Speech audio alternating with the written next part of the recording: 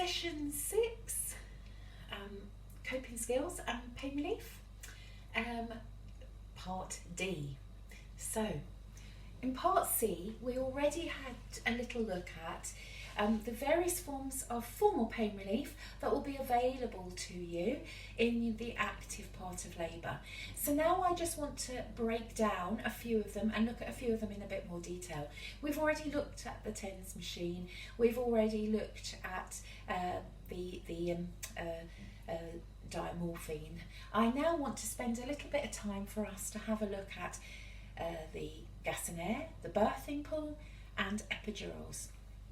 And actually it's with the epidural I'm going to start because contrary to popular belief, if you watch some of the TV dramas, if you watch some of the reality TV shows that have births in them, we're always led to believe that a lot of people actually opt for epidurals, and that isn't true. It's not the most popular thing that people opt for at all. I would say to you that probably on delivery suite at any one time, you'd never expect to see more than one, maybe two people with an epidural at a time, maybe even none. So it's not as popular as you might think. So we're going to start with that one, and then we'll go on to the ones that the gas and air and the birthing pool, which of course I would say are our most popular ones that people opt for, people choose. Okay, so starting with the epidural then, let's just think, people often say, how late into my my labour, my birthing experience can I have an epidural? Well, we would say that you can have an epidural, but the cut-off, I suppose, has to be when we would really believe that the baby was going to be out before it was working, because there's no point in that. Yeah, so that would so that can be quite late on in that labour birth experience. Okay, so epidurals, as we've said, have come an awful long way. Gone are the day that you are numb from the waist down. Now that you're numb through this little middle segment here, but you can still move your legs around often. Not enough that you could really, get up and walk around, but often enough that you can kneel up on the bed and lean over the back of the bed. So that means, of course, that you're not sitting on that coccyx, giving more space through the birth canal, easy with the breathing, all that kind of stuff.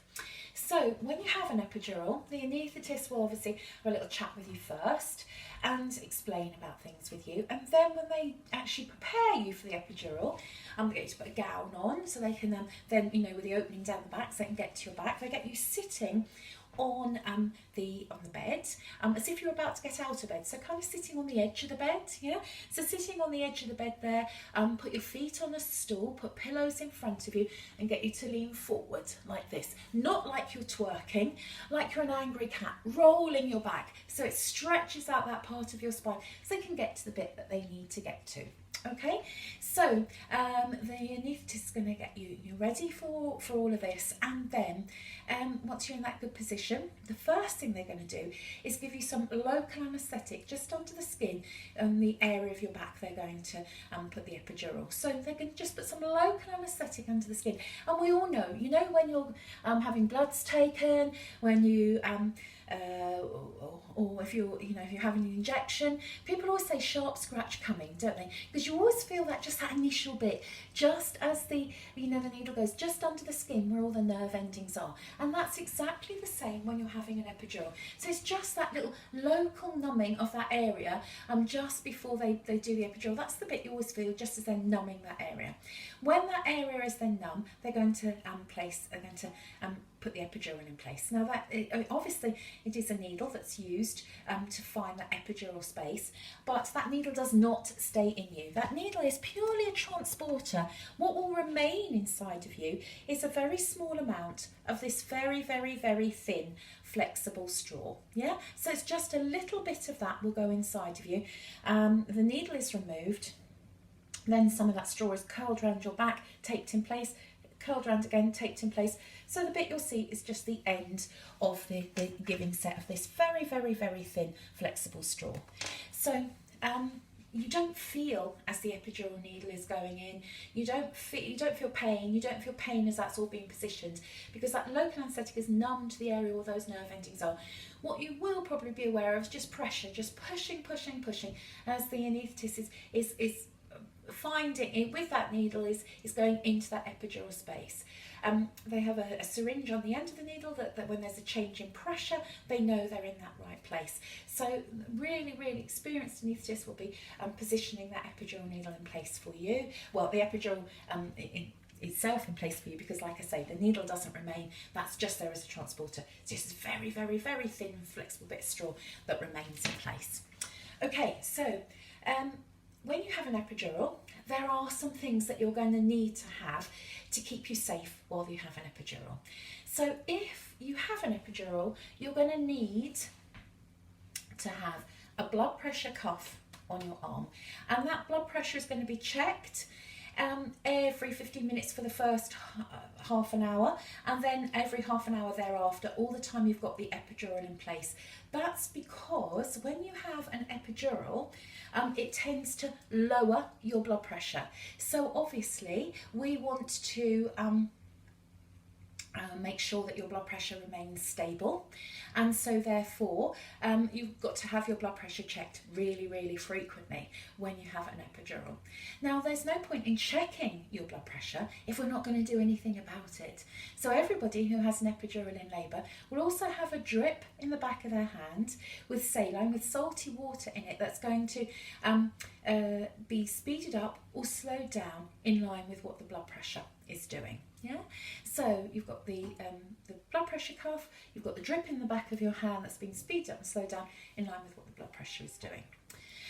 Also, everybody who has an epidural in labour needs to be on the big electrical monitor, because remember that by the sheer idea of it, it's going to be numbing you through this middle segment, so you can't feel when you're having contractions or waves or surges. So we need to measure them for you.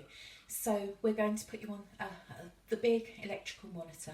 I am stood here, and I have got some straps that I can show you where we position them, but they're in the other room. So I might just show them to you in the next segment. But if I say that you have two straps, one strap's, many of you have probably seen it already. Maybe you've been in and been monitored already. I don't know, for sometimes where people have been in for various reasons, including perhaps not feeling baby move about so much, you have been put on the big electrical monitor. So the big electrical monitor has two straps. It has a strap that sits up high, that has a probe attached, that is measuring how the womb is tightening and releasing, and giving a printout of that for us on the monitor. And then you have a strap that sits down lower, that has a probe attached, that probe is listening to the baby's heartbeat through its shoulder blades and giving us a little printout of that. So if you have an epidural, you have to be on the big electrical monitor.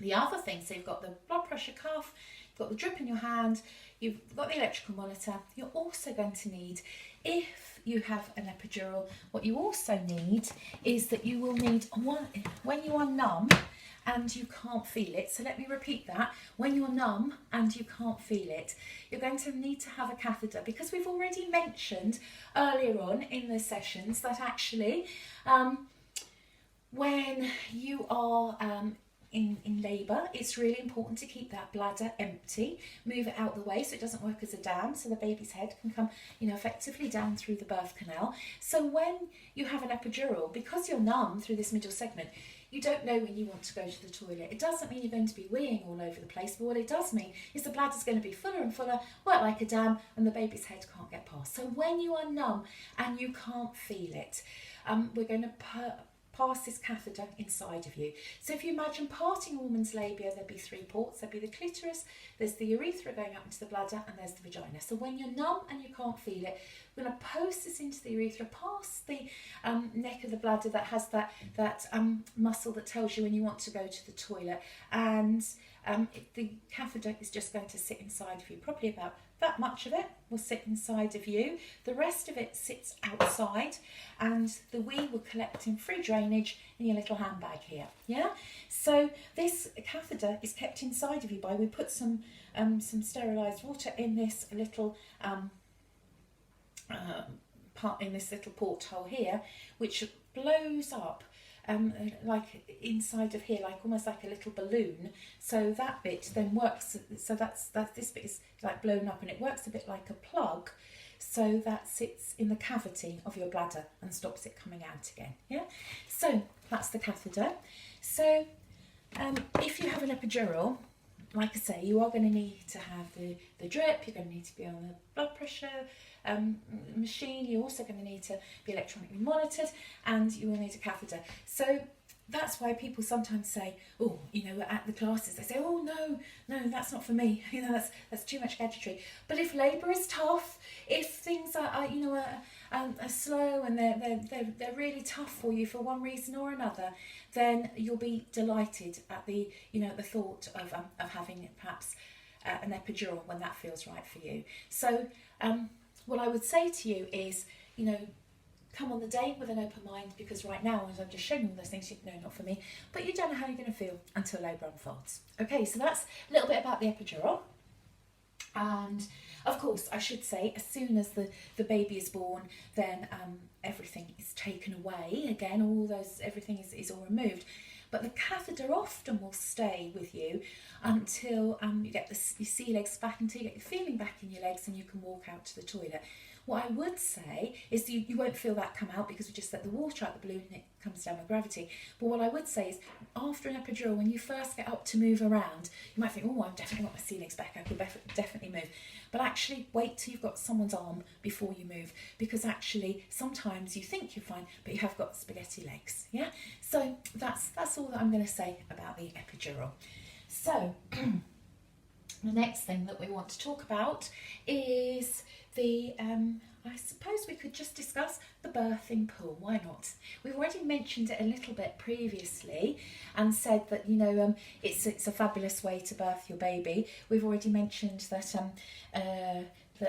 it's better than the bath because it's deeper, and when everything that's submerged in water underneath your skin is all those sensory cells that when you submerge in water, well, it's a great form of pain relief, all that kind of thing. We've already discussed this. But what I really want to say about the birthing pool is it's a fabulous way to birth your baby, because of course when you're in the birthing pool,